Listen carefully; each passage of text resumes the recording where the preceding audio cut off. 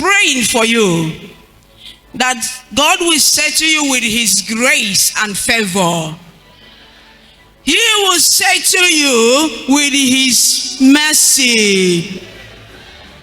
You will experience restoration of well-being into your life. There will be restoration of good health into your life. God will settle you with marital peace. He will settle you with good home.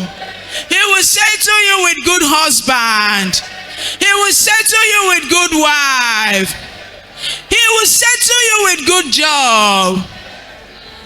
And you will experience a fulfilled career in your life. Child of God, you are settled.